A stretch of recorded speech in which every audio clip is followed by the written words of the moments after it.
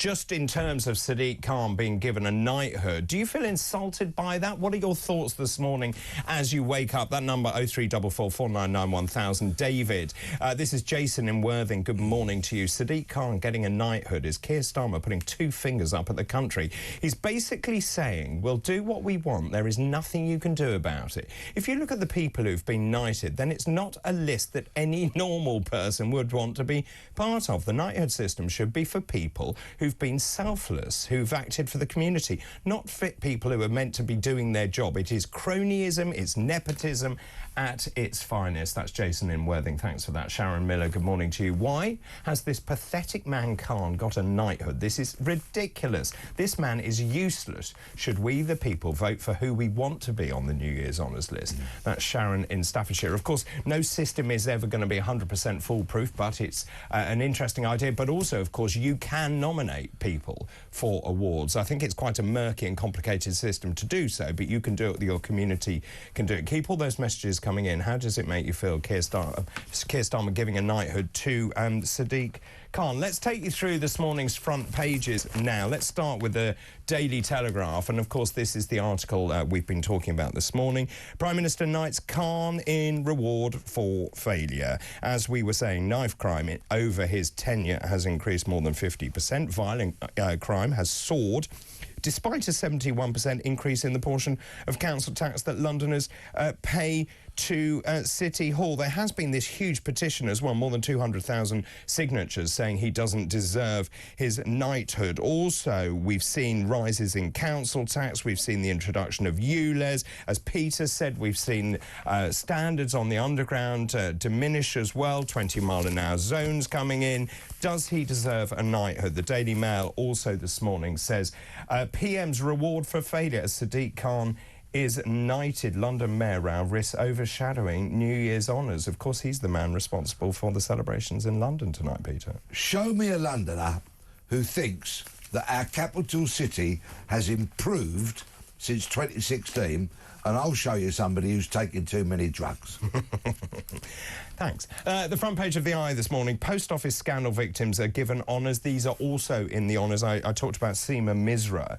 4 former sub-postmasters who helped expose the Post Office Horizon IT scandal have been made OBEs in recognition of their services to justice after 2 decades of fighting. That being said, of course, it's worth remembering that many campaigners are still waiting for compensation despite being cleared of criminal wrongdoing, and more than 900 sub-postmasters wrongly convicted of criminal offences, as we know, due to the faulty Post Office IT system known as Horizon. The front page of the Daily Mirror this morning, New Year's honours list on here: Stephen Fry, Sarah Lancashire, Anne Reid, Alan Titchmarsh. And it says, just very simply, Sir Gareth, former England manager Gareth Southgate, who led the team to July's Euro 2024 final, is to be knighted in the New Year's honours list. And as I said, he joins all of those other names. Just interesting. Your thoughts on that as well, please. Front page of the Daily Express. We're going to talk about this in some detail in just a moment, but the headline is spectacular mistake to open borders. Tony Blair threw open the UK borders to millions of migrants to boost the economy, despite his ministers advising him against it. You may remember this. This is in 2004. He basically granted Eastern Europeans unrestricted access to the British labour markets. Now, there was pushback from various people like Jack Straw, John Prescott, saying, hang on a minute, we shouldn't open the borders. Generally, we need to have some sort of transition period. Blair overrode that on the advice of David Blunkett, and we'll talk more about that. That story, by the way, is also front page of the Financial Times, their headline. Blair was urged to delay free movement from EU that fired immigration anger. The Times, this is quite an interesting story this morning. Completely different story. Public sector plan to trade pensions for higher pay. We've spoken a great deal about the public sector and being given inflation-busting pay rises, and of course they've got these gold-plated pensions. But the story this morning is that millions of teachers, nurses and civil servants could be offered higher salaries in return for lower pensions under plans being considered to retain staff and avoid further pay disputes. Now, that's quite an interesting story for lots of reasons. One is that actually the cost of those gold-plated pensions will be absolutely enormous over the next few years. Unions themselves split, some describing the plans as dangerous. It's an interesting thought, Peter. It's a trap, let me tell you that. Go on. And I would say A trap to who? To public service employees. If, for example... Well, they want to reduce the pension, don't they? Say, for example, you're a firefighter, you're a paramedic, you're a police officer, and you work on the front line, then in all likelihood, you're a hero. You run to danger when people run away from it.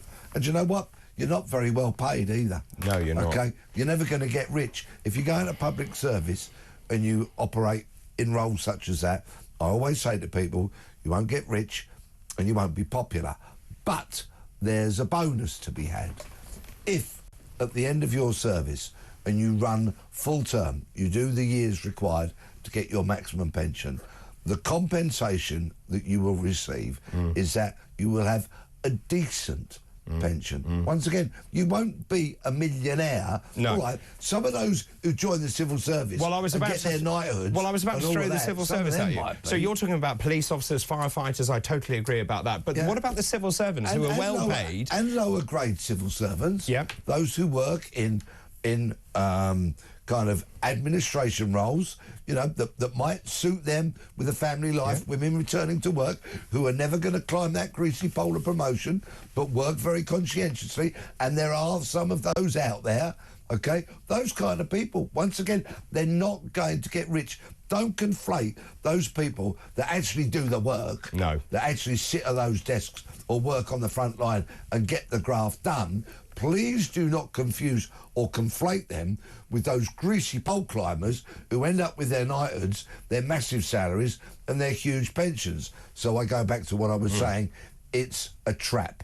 If you're going to be a frontline public sector worker, do not fall for this. Higher wages now for a lower pension later, because believe you me, the decades will fly by just like that, and when you get to retirement age, you will be so grateful that you have a reasonable pension to help you through your later years. It's a trap. Don't fall for it. Contact your union. Say no, no, no to this.